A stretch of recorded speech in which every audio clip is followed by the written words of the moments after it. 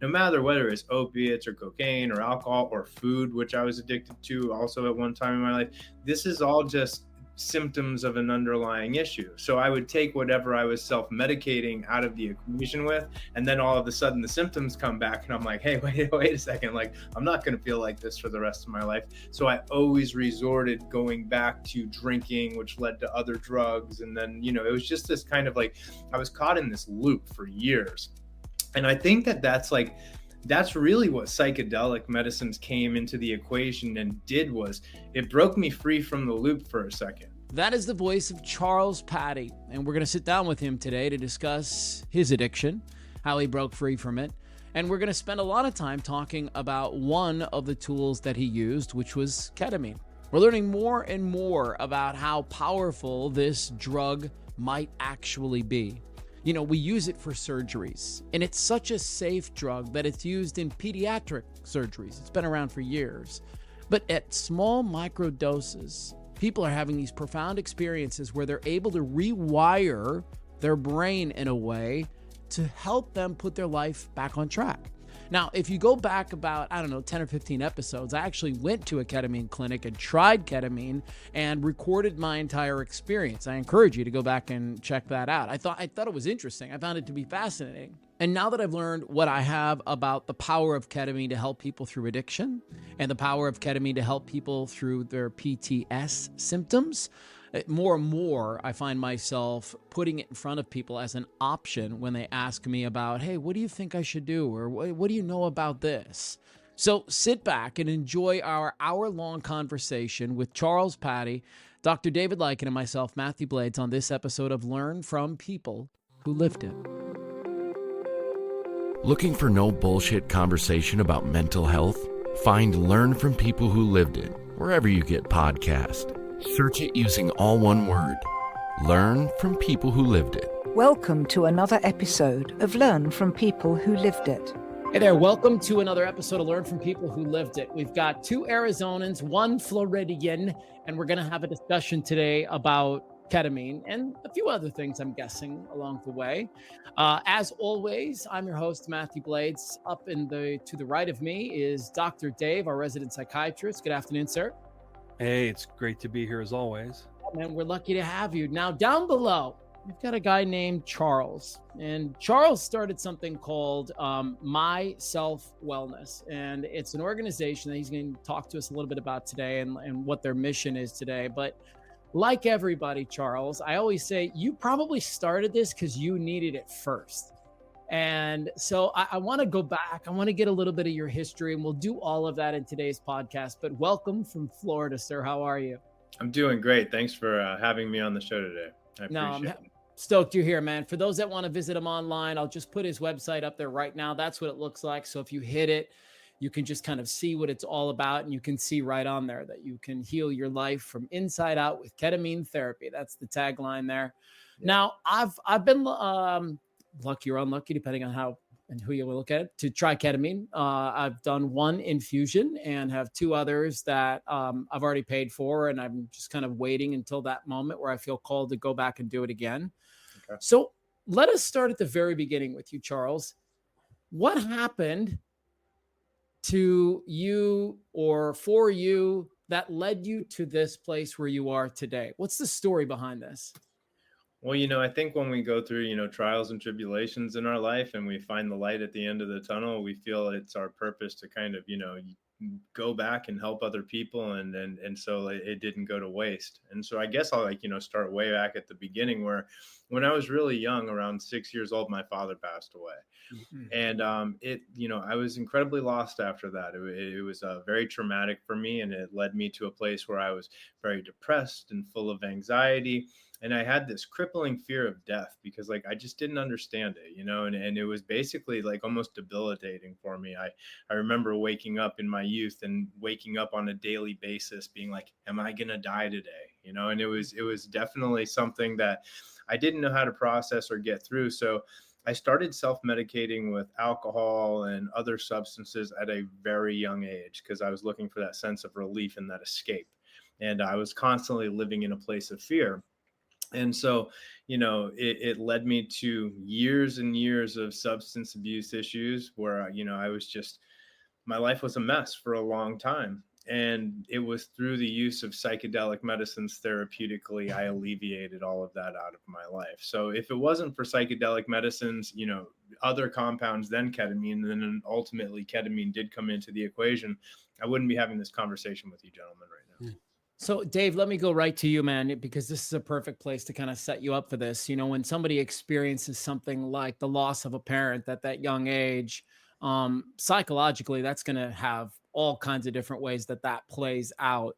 Um, and a 6-year-old, they don't even really know what they need. Like, that's what's so sad about it. They couldn't even articulate to you what they need. And so when you hear parent dies at 6 and I turn to substance abuse, what are you thinking about?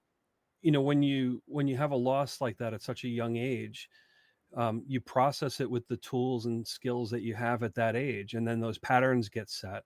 And then as you become older, unless something happens to specifically change them, you're kind of stuck in that mode. And with anxiety is basically the feeling of death being imminent, right? So the thing that's triggering the anxiety may not be threatening at all. It may be just something internal in your mind, or it may be a mild thing that your brain is over amplifying. But really, it's an exaggeration of fight or flight, and it has the weight of a life threatening situation to it. So if you're dealing with anxiety throughout the day in different situations, and even just with something as sudden as a parent loss, how do you understand that as a 6-year-old, right? So you're left with this mystery hanging over you, as you were describing, a fear of death, that like it could happen at any time, right? So where do you get relief from that? Where do you get a break from that anxiety? And so that kind of segues right into substance use. Like if you have a couple drinks and it calms you down, like at least for that period of time, you're not experiencing that fear of death, or that dread feeling of death being imminent. But obviously alcohol has longer term consequences, and you can't stay drunk all the time, although I suppose you could try, but it's not going to work. Yeah. um, I want to ask you, Charles, it's been my experience. I've lost both my parents too. And so I understand, that cycle. Usually when somebody dies, one of two things happens. The family becomes really close together and they reunite and they get close and they become this awesome unit, or everybody's broken and busted because they just had this guy taken from their lives and it's utter chaos. Which version did you experience? So it was definitely, I lived with my mother at that time in Florida, but the rest of our family, like my mother's parent, my grandparents, my aunts, everybody, and even on my father's side, still lived up in Massachusetts. Okay, Mm. so like I was down here basically by myself with my mom, and so it was more of like an isolation kind of thing, where like we were isolated away from the family. And my mother got married pretty quickly, like after my dad passed. I think it was probably around like maybe a year and a half tops or whatever after he passed away. She ended up getting remarried. And so the thing is, my stepfather at that time was an alcoholic. mm, And it was kind of like one of these things where he thought it was perfectly normal to be like, oh, here, have a sip of my beer, have a sip of my wine. Every time you go get me a beer from the fridge, you can have a sip out of it, kind of thing.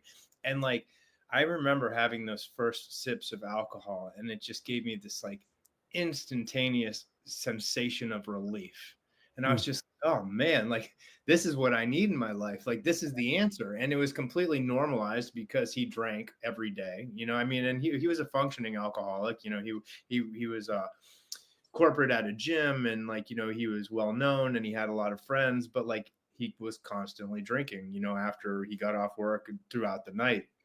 And so I was just like, oh, well, this is my thing now. This is what I need to drink. And then so like, it was even being like, 7, 8, 9 years old, I was sneaking beers, I was sneaking booze and things like that. And then ultimately in my early teens, I started experimenting with other drugs, and it just really got out of control and out of hand. It's kind of like what Dr. Dave was talking about. I was just like, well, I'm just going to stay drunk, or I'm just going to get high all the time. And that was my answer. It was just Right. to numb myself and cover everything up. What did your mom and stepfather think of your substance abuse? It wasn't really apparent that anything was wrong until I was in my earlier teens. The thing is, though, too, listen, like, my mother and my stepfather ended up splitting up eventually. And then, so, she was running her own company, she was working all of the time. And basically, like, I was good at hiding things too. And so it wasn't really like obvious to everybody. I would get out of school and I'd be gone all night until I got home, and she was always busy working. So it's not like there was a lack of good parenting or she wasn't a good, loving mother. It was just she was doing her thing with work and I was sneaky. Yeah. That's interesting. I wonder how. I have two questions that I want to ask, but first, let me ask this one. Dave, you've talked about in our podcast several times how alcohol turns off the part of the brain that cares. Right. How does alcohol impact children differently, if at all? That's an interesting question. I think the same situation applies with a child drinking as an adult drinking, that you start off voluntarily drinking, taking a little sip here and there, sneaking beers, but then when it crosses that line into becoming dependency, where you can't go a whole day without drinking, that line is very blurry, and adults think that they're in control until one day they decide that they're going to try to stop, and they can't, right? And I think with children it would be the same situation, or teenagers, right? That if you're drinking on a regular basis and thinking, okay, this is great, I'm getting relief of anxiety, I have to be sneaky about it, nobody knows about it so far, but then when it starts to become a problem, like all of a sudden it's a problem. It's not something that you're, by the time you realize it's a problem, you're in it, and it's not easy to just back out of it without having some additional help or intervention. Is that kind of how it worked for you, Charles? Yeah, no, actually, like, what ended up happening is that things were found out after I was 16. After I was 16, I got in trouble, and I got caught drinking and driving, and that was like the snowball that started, and then it was noticeable, and then it became more and more out of control. And my substance abuse moved from alcohol and cocaine use at around that time to, like, when I was around 18 years old. I had been taking pain pills leading up to this, but then Oxycontin came into the equation when I was 18 years old, and I got seriously addicted to opiates. And so that was when, like, rehab stays and everything started coming into effect. And, like, I in and out of rehab like 9 times in my life. I went to, Mm. like, Betty Ford and Hazelden and, like, all of these different places. And the thing is that, like, I always wanted to, like, get my life together. I wanted to sober up. It was just like I would take and this is what it goes to, like, with addiction or substance abuse issues. No matter whether it's opiates or cocaine or alcohol or food, which I was addicted to also at one time in my life, this is all just symptoms of an underlying issue. So I would take whatever I was self-medicating out of the equation with, and then all of a sudden the symptoms come back, and I'm like, hey, wait a second, like, I'm not going to feel like this for the rest of my life. So I always resorted going back to drinking, which led to other drugs. And then, it was just this kind of, like, I was caught in this loop for years. And I think that that's really what psychedelic medicines came into the equation and did, was it broke me free from the loop for a second, and then I had this massive, like, spiritual awakening experience from a macro dose experience, or like a breakthrough experience on these compounds that I had, where I had an out of body experience. And I was just like, oh, wait a second. I'm like, I don't think I need to be scared anymore, like, and it took my fear of death away. And Mm. so the thing is that, like, so I was angry, I was lost, I was scared, I was living in a constant state of fear. And what psychedelic medicines did for me, and I see do for so many other people, is it took me from living in a place of fear to a place of love. I had this oneness experience where I became one with everyone and everything in the universe. I became the universe, and then I became a part of God, and then I was God. Not like I'm Charles and I'm God. Okay, that's not what I'm trying to say. So please, like, disclaimer right there. But the fact is that it showed me that we're all droplets of water in this ocean of consciousness that will put the label of God on. Okay. Yeah. So the thing is that when I came down out of my experience that night, because I went into it with the intention of trying to figure out what was wrong with me, um, I was like, every time I take drugs and alcohol, I'm literally poisoning God. And I was just like, oh man, like, wait a second, I'm so sorry. I'm so sorry. And I was so sorry to myself because I'm just like, oh man, you were like escaping and trying to numb yourself the whole time. But you actually, it's because you didn't realize the divinity in yourself and that there is nothing to be scared of because this is the dream of life or this is consciousness experiencing itself through you. And so the thing is that then I was just like, well, wait a second, if separation is an illusion and I am the I am and so are you and we're all it, well, then I guess I really need to start treating my temple, the house of God, accordingly. And so, like, I started eating incredibly healthy. I started going to the gym. I was doing breath work and hitting the sauna. I quit drinking. I quit taking drugs. And I also realized this like vibrational and this frequency state when I was on these compounds. And I'm like, so we're vibrational beings. Well, I was living in a very low vibrational place for the majority of my life. And now I'm going to raise my vibration and become the most vibrant, high vibrational version of myself. Because if I am the I am, and so are you, and we're all it, well, I guess I can manifest anything that I want, can't I? And so I went into this thing with like, I am manifesting a healing organism that's going to help transform humanity to a higher state of consciousness.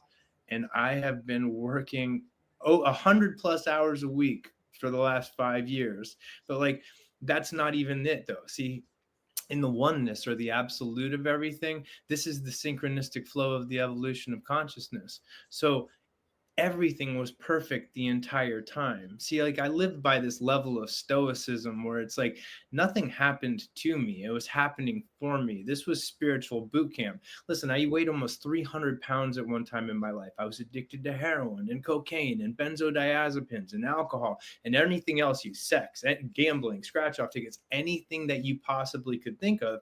I was addicted to it at one time or another. And I used to look up at the sky when I'd be like sick from not taking opiates and I'd be crying and I'd be like, God, why are you doing this to me? How come you're punishing me? I just want to be like everyone else. And the truth is that I actually look at my darkest days as some of my greatest times now, because now I found my purpose through those dark days. It wasn't punishment, it was preparation for this mission that I'm on now. There's pretty much nobody I can sit in a room like one-on-one with and look across at them and relate to them through their suffering one way or another. So I have the ability to reach a lot of people that hadn't walked the walk or been through those trials and tribulations could actually meet them at. And so it's like, I know my purpose now. I found my purpose through suffering, and my purpose is to be of service and go back in the flames that I was once in and help pull other people out. That's incredible. So you don't know this about Dr. Dave, but he spent 20 plus years working in the veteran community and really focused on people with post-traumatic stress. And I'm guessing loads of those people were from the experiences that they had within their wartime. And I'm just wondering, Dave, like, what are you thinking about as he's talking through all of this? And in my head, I'm going, how do we get this to all the people? How do we get this message to all the people? Because, well, I'll just leave it there. What are you thinking about as he talks through how he was able to flip the script for him? Right. So just a point of clarification. So all of these spiritual changes happened after you started using psychedelics therapeutically. Yeah. Yeah. And So actually, listen, and it wasn't even with that intention exactly yeah. at the first time, but I had that breakthrough and I'm like, oh man, there's something to this. I got to go deeper. So traditionally, the methods available to overcome addiction are therapy, and sometimes medications can be helpful. But mostly it's therapy.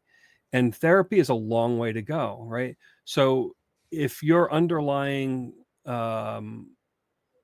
mode for dealing, I'm trying to think of a better way to say this.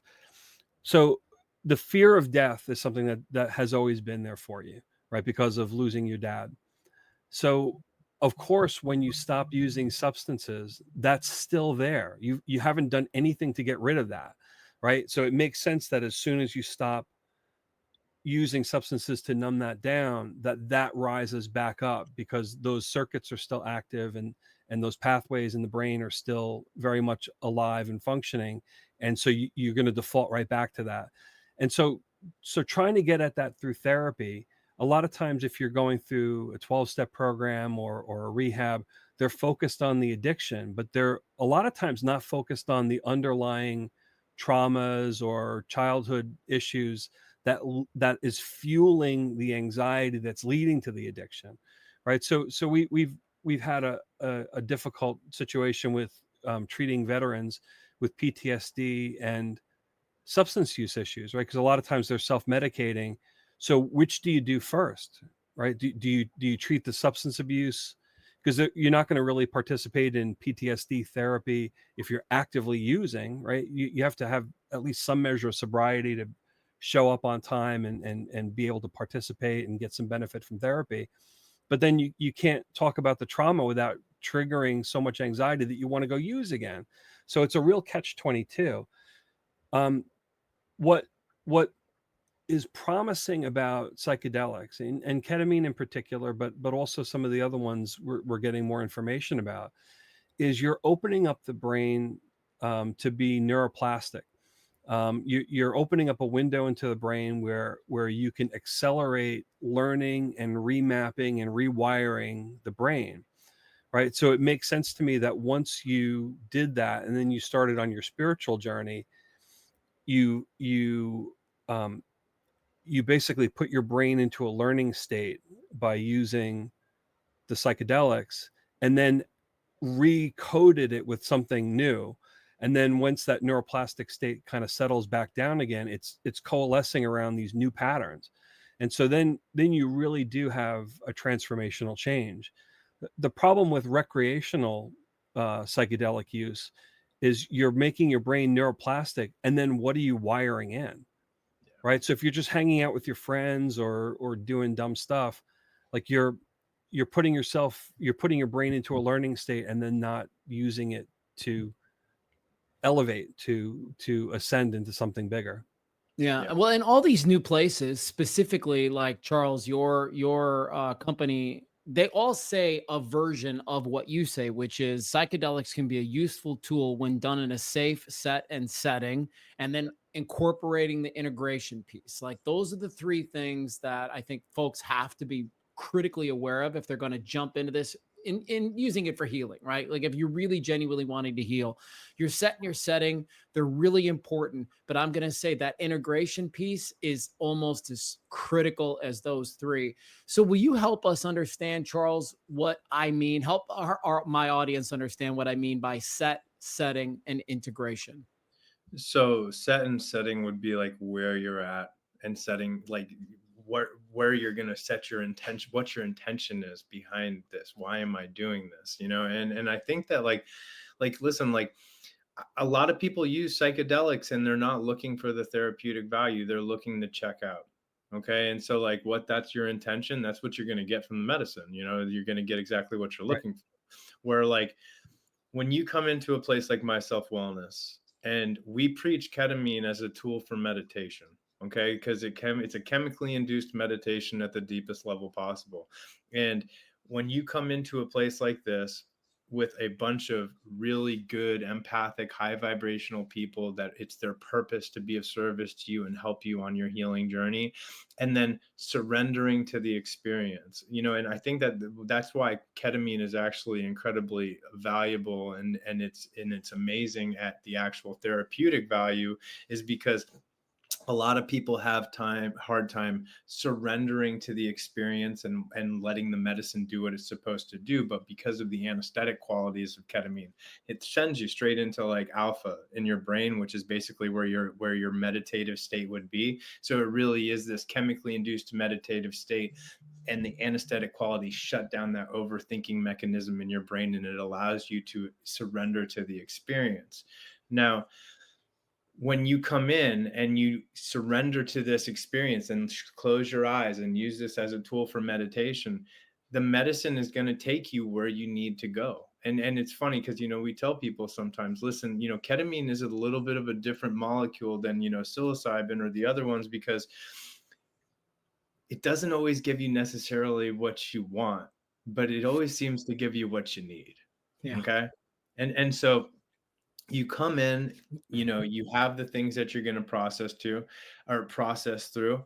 And it really, the therapeutic value of 6 treatments at our facility is like helping people achieve decades worth of talk therapy. Think of it as like a lucid dream or a movie of the mind. But people are having divine burning bush experiences at our facility. Like, people say they're in the presence of God, or they go down to oneness, kind of like what I was talking about. Other times people speak with deceased relatives during their treatments. For our veterans community, like sometimes they'll go back to when they were in active duty and watch a past traumatic experience play out from a third party perspective. Where there's no feelings or emotions attached to it. I had a guy who was a combat veteran, and for years he had severe PTSD. And during his second treatment, during his first treatment, first he went back and saw his grandmother, who had been deceased for years, and spent time with her. Then went into when he was in active duty, and he's like, it's like I was looking over my shoulder and watching this scene play out where the guy I was with took a shot through the heart. And he goes, and I've been holding on to it forever because I was always thought there was something else I could have done to help the guy and save his life. He's like, but now going back and witnessing the experience like that, I realized that there's nothing I could have done anymore. And so like, because of the dissociative factors of ketamine, we believe that when you get into a disassociated state, the mind separates from the body and it removes the active blocks that are holding past repressed traumatic experiences, or even things that might be in our subconscious that we don't know that we need to deal with, so we can truly process them, release them, and let them go. And that's where Dr. Dave was talking about actually getting to the root issue and the root cause of why people have these symptoms to begin with. Listen, we can talk drugs and alcohol, or we could talk, and listen, another disclaimer, I'm not at war with big pharma when I say this or anything like that. If antidepressants and benzos or whatever you're taking works for you, I'm very happy about that. The thing is that it didn't work for me, and it doesn't work for a lot of other people.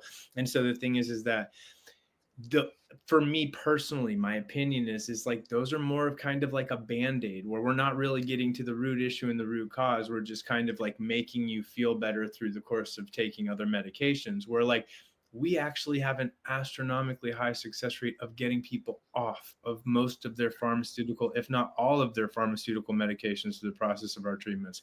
I have a Marine that we just treated recently, and he's actually one of my son's best friend's dads at school. Okay. And I'd been telling this guy for like a while now about what we did, and he thought I was nuts. He's just like, yeah, okay, man, psychedelic, sure. And then all of a sudden he comes up to me at one of these functions and he's like, listen, I've been researching what you've been talking about because I have my own things that I'm going through. And it seems like this is actually really working for people. He's like, should I do it? And I'm like, come on. I'm like, please come do the treatments. After his 4th treatment, he knocks on my office door and he's like, hey man, do you have a minute? I'm like, yeah. He sits down across from me and he looks at me. He's like, why isn't the VA telling everybody about this? He goes, they had me on 9 medications and I'm off all of them already. And then I was still with 2 more treatments left. We're better friends than ever now. He's off all of his medications. He's doing incredibly well. And the thing is like, I asked him, because we do a lot of content and testimonials and stuff like that. I'm like, I need this. Like, I need your testimonial. I need this for content so we can help break the taboos and stigmas. He's like, no.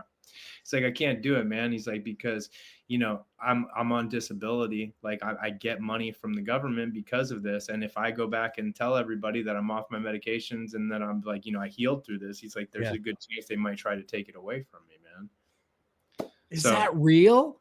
Yeah. I mean, if you're permanent and total, probably not. But if you're anything less than permanent and total.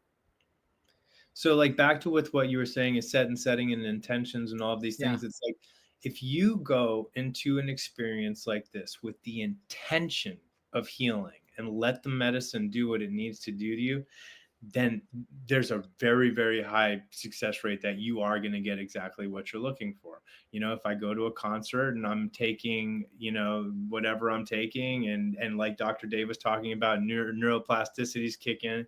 Think of neuroplasticity like your brain is like a ski slope, okay? And there's like this, like it's a mountain, right? And there's this snow that's gone down, and then like your daily practices, and even like your feelings of like anxiety or depression, it's these tracks that have been being skied down over and over again. This is you on a daily basis. Think of new neuroplasticity like a new layer of snow going down. It's like we're literally biological computers at the end of the day, and now I can reprogram myself, instead of having those feelings of anxiety and depression, to actually like being happy and positive, and starting to eat healthier, and exercising and meditating. And like these are things that we encourage all of our clients to do. Listen, I'm not sitting here telling everybody that's listening to this that psychedelic medicines are the silver bullet or the actual answer. Like I said, we preach them as a catalyst. It gives you the opportunity to get neuroplasticity and put these new healthy lifestyle practices, meditation, breath work, exercising, sauna, all of the stuff that I like embody and I preach myself because I do it. That's the recipe for long-term success with the medicine. I don't take psychedelics anymore, even though like I would consider myself a psychonaut and had hundreds of deep dive psychedelic experiences. But the last ketamine treatment I did when I was after we opened up, and I sat down with Dr. Ferber and I'm like, listen, I need to go through our protocol so I can speak to everybody from an experiential standpoint. And everybody that works at our clinic, from our doctor to our nursing staff, our front desk person, everybody's done the treatments. Because when you're working with people, when you want to talk about integration, which is doing one-on-one and talking about actual psychedelic healing experiences so you can process it, a lot of the time, and I'm not saying this about everybody, but I like if you've been through a macro dose or a breakthrough experience, I think the person integrating you that's been through that kind of experience might be able to speak to it just a little bit more eloquently from an experiential standpoint. I'm not saying everybody has to do it, but that being said, though, like that's that's the recipe, and I during my last treatment, I had a death experience. Okay. It was like the last What does that ketamine. mean? I had a death experience. What Like does I that mean? felt like I physically died. Like that's what I Okay. felt like. Okay. And it was like me dying during this experience. And I went out into like the void, to the ethers. And I was outside of my body, and I was just like, man, I can't believe it. I've been through this incredibly crazy life, and I found something that worked for me, and I took the ketamine and I died. And I'm just like, oh my gosh, like I had the company. I had the beautiful woman who's my partner in life and in the business. Our son was 18 months old at the time, a child named Charlie that I never thought that I was going to have because my life was such a train wreck. And I was just like, I had it made. I had everything that I ever wanted that I never thought that I was going to have. And I took the ketamine and I died.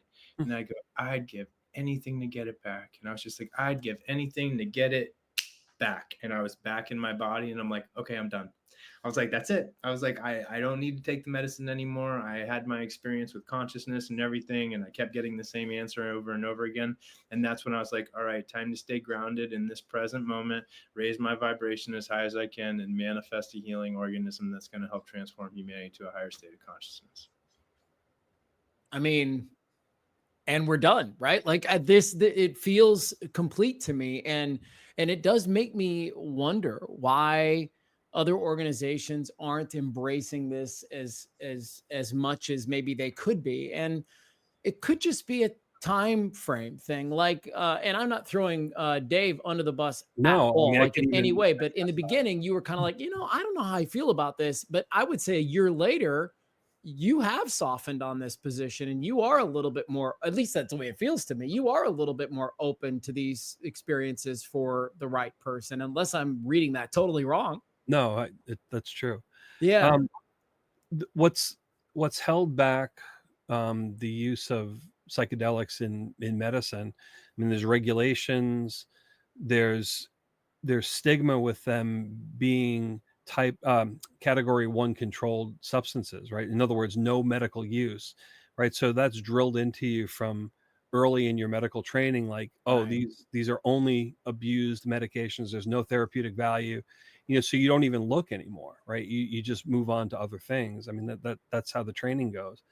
But then even if you want to prescribe them, assuming that you could prescribe them, right? So ketamine is the only one that's prescribable outside of a experimental protocol.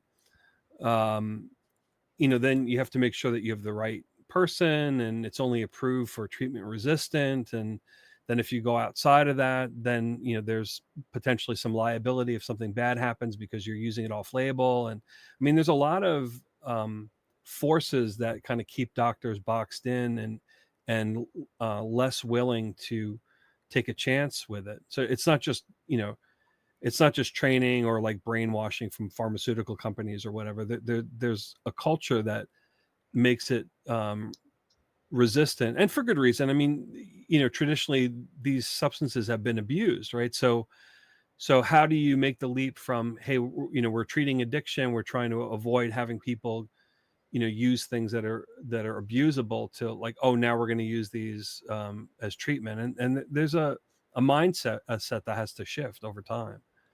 And then also the culture has to support it. And it's warming up, but it hasn't been quick. I want to be the one that stands here and says, I think this should be a first line of resort. I don't think it should be a last line of hope for people. There's clinics out there that won't even treat people unless they've been on 2 antidepressants Right. before they actually do ketamine therapy. The thing is that with what we're seeing and we're us getting people off their meds most of the time, it's like, why would I want to tell somebody to go take 2 before we get them off everything? Right. Listen, like, we're getting people off antidepressants, benzodiazepines, antipsychotic medications, fentanyl addiction, cocaine abuse, alcohol abuse problems. Not to mention, we're getting people off the band-aids for opiate addiction, like Subutex, Suboxone, methadone. I mean, like, we just got a guy who was addicted to fentanyl when we first started treating him, completely clean off fentanyl in 3 weeks. And now he's helping people heal with like energetic healing and stuff like that. It's like, people don't have to suffer anymore. And what this medicine is doing for people, like Dr. Dave was talking about, is like, it's not, so like, people think that like when we're talking about psychedelic therapy, it's just a trip and it's just a drug. And this is people partying and escaping. The science behind this is like, whenever we've had any kind of traumatic experiences in our life, or just even through the course of our life, our neural pathways get damaged in our brain. And when the neurons are trying to flow through these pathways, they start to bounce off of the walls, which can cause a lot of the symptoms of depression, anxiety, PTSD. Ketamine's going in and physiologically remapping and restructuring the neural pathways in the brain. It's actually sprouting something called new dendrites off the pathways, and it's causing new neuroplasticity in the brain.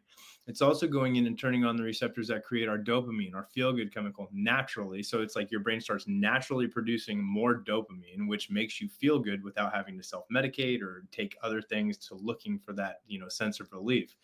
But the therapeutic value of these experiences that people are having are helping people achieve decades worth of therapy in 3 weeks at our facility. So it's like, I'm not going to claim it's the actual cheat code, but it's the closest thing that we have to a much faster tracked relief and healing mechanism than anything else that I think that we have out there. And Right. so, like, I've had people that have been suffering for 30, 40, 50 years and nothing's ever worked for them. And within 3 weeks, they have a completely different life. Or I can give you a story about the 15-year-old autistic kid that we treated, that after his first treatment, he went and sat on the couch next to his mother and goes, "Did you know that we're all a part of the same thing and everything's connected like this?" And so, like, we've treated from age 15 to 89 at our facility, and over 9 out of 10 people that we treat get the healing that they're looking for. So I know that this is starting to become a thing because we have a woman here in town that has a ketamine clinic that I go to. It's the place that I've gone to, and Dave and I have actually gone there a couple of times, not for him to do ketamine, but we've done some breath work experiences with her that she does. And they've talked about that this drug is so safe that it's used in pediatric medicine for surgeries, right? So we're giving this to real littles already Eight- for 18 months and older. So it's so safe they give it to babies 18 months and older for surgery. And then yeah. people be like, isn't ketamine a horse tranquilizer? Or don't they use it on cats? And like the answer is yes. The safety profile for ketamine is so amazing they use it on animals as well. It's also on the back of every ambulance out there. If somebody was being combative and they needed to sedate people, or if somebody broke their arm, or like my stepson from a previous marriage was 13. He fell off his bike and broke his arm, and they gave him ketamine in the emergency room because they needed to reset his arm. The thing is, though, is like, so listen, like when people are talking about ketamine therapy, though, there's a lot of people out there that might, and listen, I'm very supportive of anybody that's trying to help people heal. But the truth is that we do things very differently at our clinic. And the reason is because from a psychedelic standpoint, most clinics out there are running a protocol of 0.5 milligrams per kilogram over a 45-minute IV drip, which is more of like the pharmaceutical paradigm of let's treat your symptom and not actually get to the root issue and the root cause of why you're suffering to begin with. We specialize in a psychedelic dosing protocol with the medicine, and we do almost 99% intramuscular injections of the That's what medicine I rather. had. Yeah. Yeah. And the reason is, and like, listen, like we offer IV ketamine, so I'm not bashing it or anything, but like you're almost talking apples and oranges when you're talking about IV versus IM ketamine. And at the right doses, an intramuscular shot of ketamine can be very comparable to an hour-long DMT or ayahuasca session. And so like we embrace that at our facility, and we actually, like, we encourage it. Of course, we do a lot of hand tailoring, and we make sure that this is going to be for everybody's comfort level. But listen, I went to a panel with some of the best ketamine doctors in the country a few years back, and they were all on stage, and I was listening to them, and they were basically like 4 out of 5 of them said disassociation doesn't matter. And I'm just like, well, wait a second. I really believe disassociation matters, because that's when we put our defense mechanism down. That's when we get into this mind separates from the body, removes the active blocks part. And we actually believe that's where a lot of the therapeutic value of the medicine lies. See, like, I didn't start this clinic because I wanted to sell ketamine treatments to people. I started it because I didn't want people to feel the way that I felt for over 20 years of my life, because it's no way for a human being to have to live. So the truth is that the way that we run things is like we dose people for a therapeutic dosing or a psychedelic dosing protocol, because I don't want reoccurring revenue from ketamine. I actually just want people to get the healing that they're looking for. Our package consists of a medical history with our nursing staff, psychiatric evaluation and approval, 6 ketamine treatments, one-on-one integration through the process of the treatments. 2 of my girls have been certified through Being True to You, which is one of the best psychedelic integration coaching companies in the country. One of them was a medicine woman on top of that, but they've healed from the medicine as well. And then through all of that, after that is complete, then they get a follow-up meeting with Dr. Ferber. And we run sound healing events, and we run breathwork classes and all of these other things from our facility to build a community around all of this. And so it's like we go up, we do everything that we can to ensure people's long-term success. And then, we have other things for reoccurring revenue, like nutritional IVs and stuff like that. But like, see, in the oneness of everything, or like, being in tune with the universe, it's like when you do things with the right intention for the right reasons, it's using the laws of attraction properly, and it's going to make sure that things go well for you. And like, I'm a big believer in all of that. So what I put out, I receive, and what I put out is the best loving energy I can. So I want to be clear about something as we kind of wind down. And I've said this several times on my podcast, and so I'm not saying anything I haven't said before, but I don't think that this is for everybody. There's a small percentage of people that should never, I don't say never, but should be very, very, very careful before they approach any kind of psychedelic treatments. And so Dr. Dave and Charles, I'll let you guys kind of bat that around, but who's off limits? Who should not touch this or should tread incredibly carefully?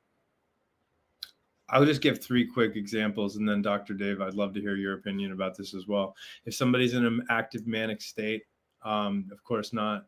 If somebody is schizophrenic, it is on a case-by-case basis. And then if somebody has like uncontrollable high blood pressure or hypertension, but the thing is like we actually do have medications that can help people with that and lower their blood pressure. So, but Dr. Dave? Right. And I think most of the protocols that I'm familiar with are doses that are they're not, they're specifically trying to avoid dissociation, right? So so you're, the protocol that you're talking about is a bit different than what I've been familiar with. And yeah, and the other thing too, so with ketamine, we do have more of a track record because it has been used medically as a anesthetic agent. Some of the other substances like psilocybin, we can't assume automatically that they're safe for long-term use. It just kind of came out in the last couple of years or so that psilocybin can be associated with um, fibrosis of the heart valves. So if you use it more than a few times in your lifetime, you could end up needing a valve replacement in 20 years. So this is where some of the reluctance to kind of open the doors and say, let's just make this available as first line to everybody, until there's a little bit more data and people are sure that the long-term safety is there. But of course, the industries are going to be reluctant to throw that open. That regulatory bodies and everybody else, nobody wants to be the one to green light stuff without a lot of safety involved. So somebody has to be leading the way, and but I guess over time I think it will be more widely accepted as the safety proves out, and then it becomes a matter of weighing risks and benefits. When you see such a stark benefit and the risks are small, and even if we know the risks, that there are things in medicine that we prescribe that have horrible side effects, and you weigh risks and benefits. You don't just say, well, it has bad side effects, so we're just not going to use it. That's with everything. So I think over time there'll be a lot more wide adoption as we get more experience with it. With ketamine specifically, it's been FDA approved for 50 years. I mean, and if it's one of, if not the safest, least toxic anesthetics on the market, and that's literally why it's the number one choice for pediatric sedation. And like going through a 6 treatment protocol with the medicine, by the time you go through that protocol, you're almost probably like from an anesthetic dose perspective, if you were going to have surgery, we're giving people like a fraction of what you would get going into surgery. And so Right. building up on that just for the safety profile and everything, and how, you know, w- when you're weighing things, right? Like, I mean, ketamine's a no brainer for sure. But one thing that just happened that's a shame is that MDMA didn't go through. Mhm. And it just got shot down by the FDA. This Right. is a medicine that showed the efficacy of almost 7 out of 10 people that were getting treated with the most severe kinds of PTSD that were like, just incurable, had the actual diagnosis taken away when they went through MDMA therapy. And they, one of the reasons that they said it didn't go through is because of the potential of liver toxicity, when the fact is like, there's veterans out there literally 22 plus killing themselves every single day, and all of them can go to the corner store and buy a gallon of vodka right now. All right. And so like when you're talking about a medicine that literally can save lives right now, and it's just like, now you've got to start really wondering like what's going on with these kind of things. So like I think ketamine is the Trojan horse of this psychedelic renaissance that's underway right now, because it is a dissociative and not classified as a hallucinogen. Back to what Dr. Dave said, the Nixon administration made all of the hallucinogens Schedule 1, meaning they had no therapeutic value, or they had no like medicinal value to them, even though up to that time LSD had shown amazing efficacy for AUD, or alcohol use disorder, which kind of makes you wonder as well. But the problem is, and this is just my personal opinion, is we were right around the Vietnam War time back then.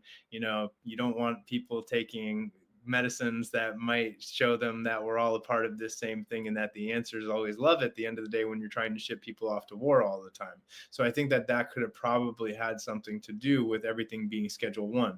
That being said, ketamine's a dissociative, and so it's a Schedule 3 compound, which made it through the cracks basically. And then see, here's the thing too though, in the headlines right now, all you hear about is psilocybin and MDMA. What's going on with ketamine? I literally was on a call with a congresswoman from California like a month ago, and I'm like, she's trying to get a psilocybin and MDMA rescheduled.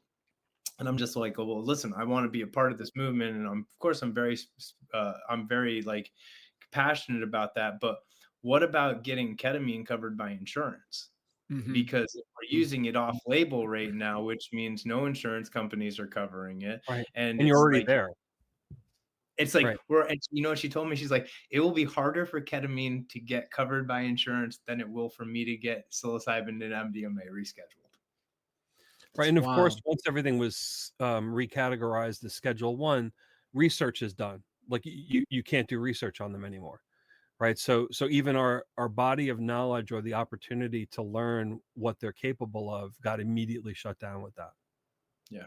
Well, here's what I know. We are getting there. We are moving closer to solutions. We've had Sherry Reyes on the phone before from Enthea. I don't know if you know about them, but that's a group. Yeah. Yeah. Are you in their network?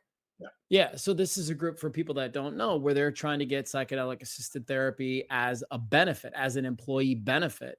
And she talks about all the incredible things that she's seeing for her, where they bring entire sales teams out and they have this psychedelic experiment and and experience rather, and they come up with the next greatest thing for the company, and they go on to have all kinds of great success. And so we know there's an upside to it. I think it's just one of those things for people right now where, they got to really figure out, like, do you want to keep living this way and keep doing these things? Or do you want to take a chance on something and see if it's for you? And as long as you don't check one of the three boxes that Charles mentioned or check some of the boxes that Dr. Dave mentioned, to me, it's a real viable option. But I want to end with this. What kind of a financial investment should people expect to make in 6 rounds of ketamine with integration therapy? Because I don't think you're going to be much different from the clinic that's here. And so help people understand what that's going to look like, because people probably think, oh, it's going to cost $10,000. So the entire protocol that I mentioned for regular everyday people is $3,300 in total. That being said, we do offer a $500 discount for our veteran community, like first responders, military personnel. On top of all of that, though, like because I'm mission driven and because, in the oneness or the absolute of everything, everybody needs access to this. So Christina and I have started an organization called the Warriors of Consciousness. And even though we really haven't received any donations up to this point, we've put almost 100 people through treatments for free that couldn't afford them. Wow. That's Because great. you can see what's happening. Yeah. Leave us, Charles, with one more story, one more success story, something that you've seen that's just really been an uplifting thing for you to witness.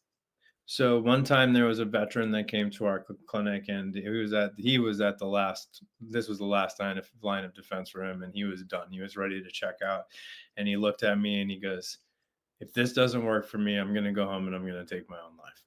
And it was like the first time I met the guy, like Mm. really like got to sit with him before he had done any treatments. And I was like, just give us a chance. Let us work with you. I was like, I know this can help you. And he went into his first treatment. And after the treatment was over, he came out of it. And I was talking to him and I looked at him. I'm like, hey, man, how did it go? How was it? And he was crying. He had tears going down his face.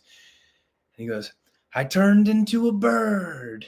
He goes, I was flying over the landscape and it was so beautiful. And he goes, and I don't know how to explain it, but everything's connected. The answer is love. And I don't want to hurt myself anymore. Mm. Love it. Charles, Patti, thank you so much for coming on with us today. I'll put the website up one more time, Myself Wellness. If Florida's, and we have a decent amount of people that listen to this podcast in Florida. Now, I recognize how huge the state is, but if you're in his area, absolutely, there's somebody to look up. If you're in other areas, is there a reputable place for people to find a reputable clinic? Is that something that's been established within the ketamine community yet, Charles? Do your own research and Okay. check reviews and like really kind of like look at the clinics. Listen, before we sign off, I want to tell everybody one thing I do, and I do this all the time. I don't advocate for at-home ketamine therapy. I don't suggest people do it. I think it's irresponsible and I think it's not safe. I think that you should have trained professionals that are present in a building with you while you're doing these kind of things. I've heard stories about people standing up on the medicine and falling over and hurting themselves and things like that. Listen, in an industry that's in its pre-infancy, the way that this one is, I could have cashed in and made a ton of money doing at-home ketamine therapy, but we opted out of because our client safety is our number one priority. And I can give you 1,000,001 positive stories, kind of like the ones that I just gave you, about this medicine helping and saving lives. But that's not what makes the headlines. It's the one unfortunate situation where somebody takes a bunch of ketamine in a hot tub and drowns or something like that that makes the headlines. So everybody be responsible and safe out there. Do your own research. Make sure you're with a bunch of people that really care about you, and you'll be able to feel that and tell that. Any final words from you, Dr. Dave, as we wrap up today? Yeah, just to add on to that, think about what your intention is using the ketamine, right? It's not just taking a drug for the sake of taking a drug. You're putting your mind into a learning mode. What are you going to feed behind it? How are you going to use that opportunity to take that neuroplasticity and rewire your brain into something else, right? So if that therapeutic component isn't there, I don't see the point of using it. Agreed. We have 3 goals with Learn from People Who Lived It. 1. To help you feel less alone. 2. Encourage you to seek out a coach, a therapist, a church, anyone who can help you get through your journey and find some healing. 3.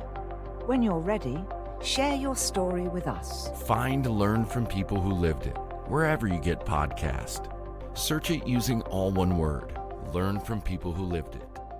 Awesome. Thank you guys so much for hanging out with us today on this episode of Learn from People Who Lived It. A reminder that my new short e-workbook is out called How to Talk to People You Don't Like Talking to. Just simple tools that you can use in those conversations that are challenging. You can pick up a copy right now for less than $4 on my website at learnfrompeoplewholivedit.com.